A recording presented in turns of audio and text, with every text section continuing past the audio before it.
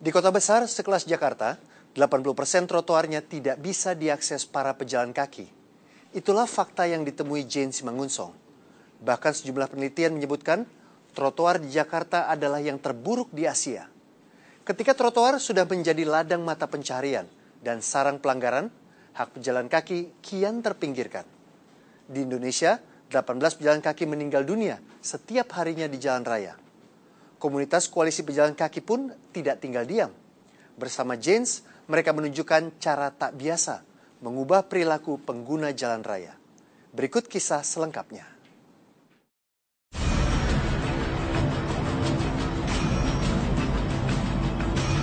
Kebutuhan dasar manusia itu adalah berjalan kaki. Ibu kota selevel Jakarta, itu 80% fasilitas trotoarnya itu tidak bisa diakses oleh para pejalan kaki.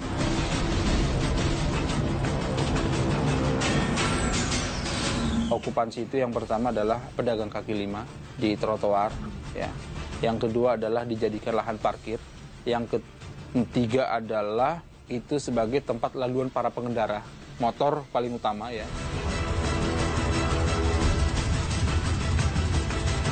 Jadi itu adalah yang menjadikan trotoar ini sebagai ladang pembantaian bagi pejalan kaki.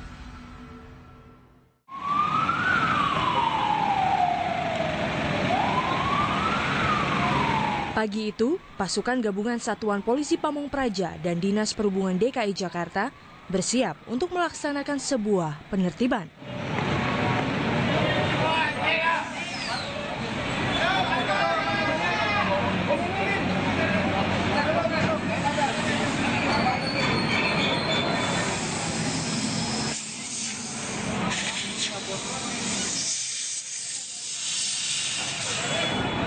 Penertiban yang membutuhkan lebih dari 10 mobil truk pengangkut dan ratusan anggota.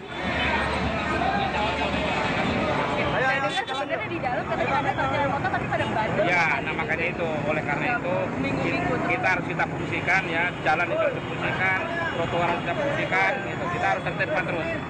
Kegiatan yang dipantau langsung oleh Kepala Satpol PP DKI Jakarta Kuku Hadi Santoso ini adalah upaya membenahi trotoar dari bangunan dan parkir liar.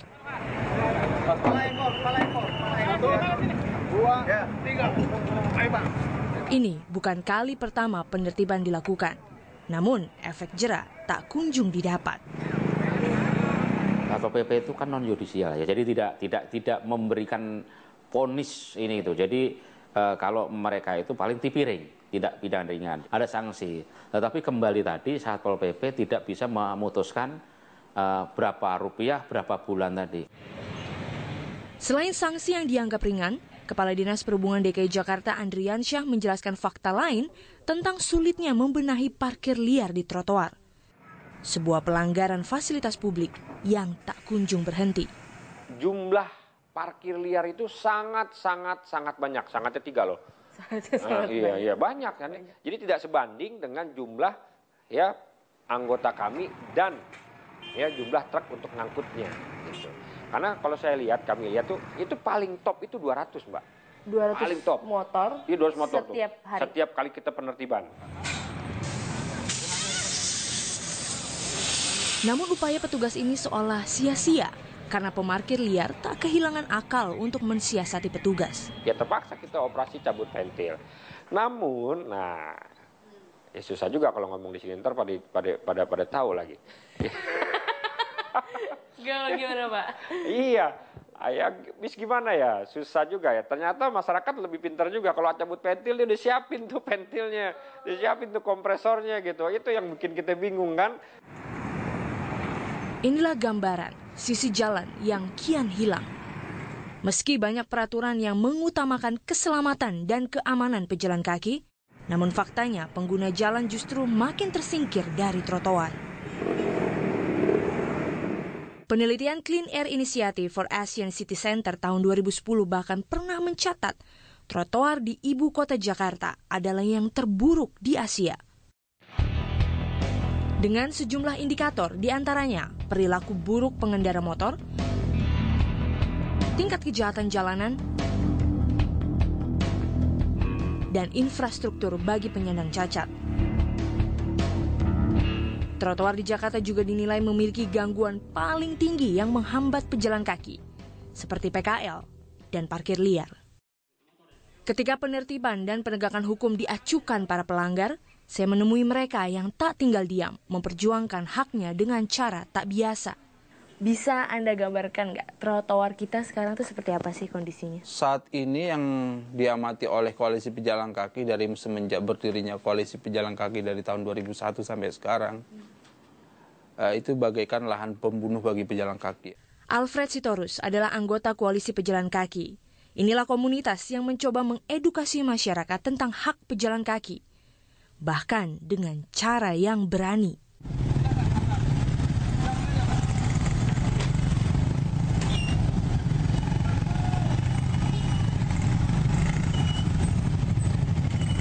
Inilah aksi demonstratif anggota koalisi pejalan kaki dengan satu tujuan, merebut hak kembali, memperjuangkan nasib para pejalan kaki. Apa fakta atau data yang koalisi pejalan kaki mungkin pernah terima gitu tentang nasib pejalan kaki itu seperti apa sih? Sudah pasti ya bahwa pemerintah itu kan setiap tahunnya harusnya merilis data ya. Dan data dari pemerintah itu kita pernah menghimpun tahun 2010. Itu ada sekitar 18 pejalan kaki, itu setiap hari tewas di trotoar, di zebra cross, bahkan di jalan raya. Karena memang fasilitasnya tadi yang tidak terpenuhi. Sampai 18 orang setiap hari di Indonesia? Betul, di Indonesia.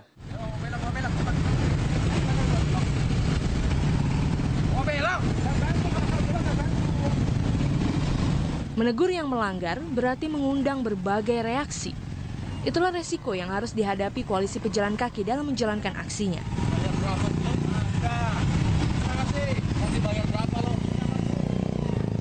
Sebuah aksi edukasi untuk revolusi mental di jalan raya.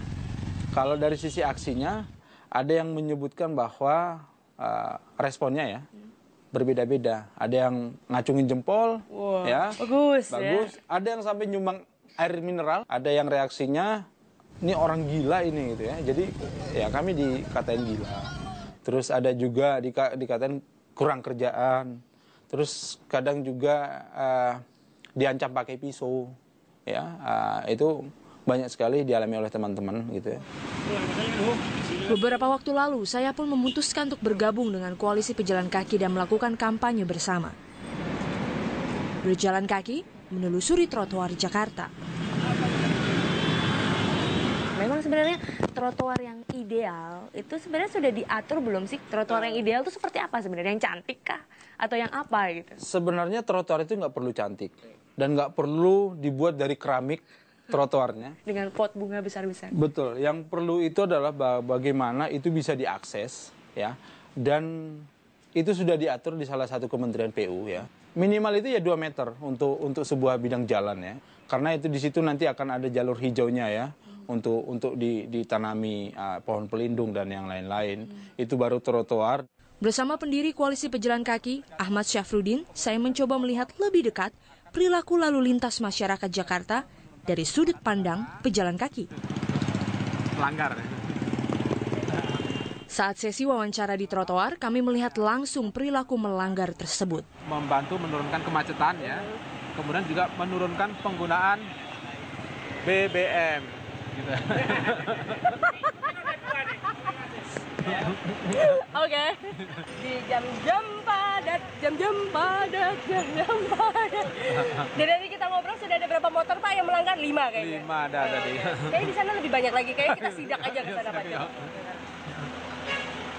Bahkan saya dan Ahmad menemui bus milik kementerian yang secara terang-terangan parkir di trotoar. Baru saya mau ngomong bus ini aja ada di trotoar Pak. Iya. Nah, ini bus ini milik pemerintahan? Pemerintah. Jadi pemerintah mempelopori pelanggaran fungsi jalan ya. Dalam konteks ini pelanggar fungsi trotoar. Tak hanya mengganggu pejalan kaki, sebagian yang parkir di pinggir jalan menyalakan mesin dan menyebabkan polusi yang bisa saya hirup secara jelas sebagai pejalan kaki. Mobil diparkir hidup terus gitu. Itu kan pemborosan BBM. Pemborosan BBM. Karena salah satu cara menurunkan emisi rumah kaca ya, global greenhouse gas tadi adalah bagaimana kita menurunkan penggunaan bahan bakar. Jadi kalau kendaraan Diparkir, itu sambil harus nyala. matiin. Matiin harusnya. Ini kita omongin berasa deh. Daripada pergi, Pak. Ya udah pergi. Tuh, oke. Emang canggih metro. Canggih metro.